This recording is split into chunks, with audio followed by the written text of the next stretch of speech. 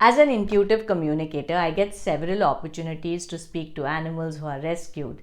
And recently, I spoke to one such beautiful dog who was just about a year and a half old. He was an indie, he was injured, rescued, and then moved to a foster home so that he could recover.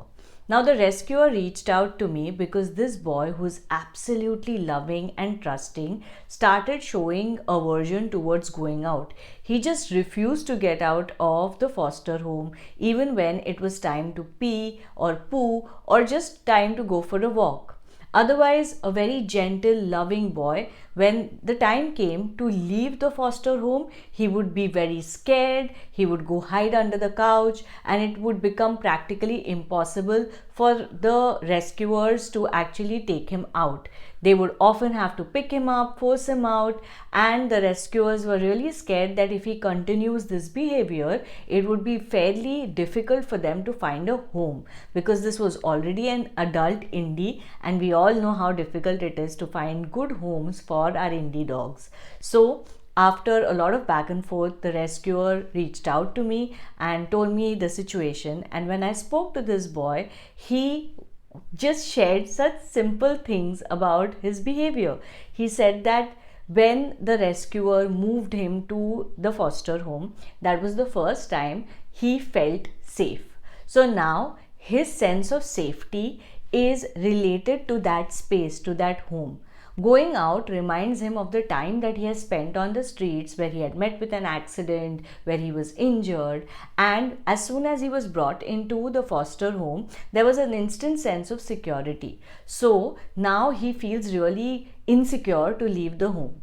I acknowledged what he said and I explained to him the rescuer's concern. I told him that it's very important for him to step out. It will also help him with his own confidence, and even more importantly, it will help the rescuer find a home for him. He said that he understands the rescuer's concern and was more than happy to work with the rescuer to help resolve the situation. However, he needed help from his humans to help him feel better, so that he feels more confident, secure, even when the time comes to step out of the house. He did share a few things that he would like for the rescuers to do. One being to talk to him in gentle, neutral, calm, and assertive tones, clearly explaining to him what they expect him to do, so that when the time comes to step out, he is not triggered by his fear, but rather remembers the talk therapy counseling that the rescuer has been doing with him. Other thing he mentioned was to avoid forcing him out. Let him trust the human and walk out through certain motivations, such as treats or the other companion dogs that he has gotten close to. And lo and behold, within 2 days of the communication, this boy started stepping out slowly and steadily. There was a great improvement in him, and he's reached a point where going out of the house is not as scary as it used to be before the communication.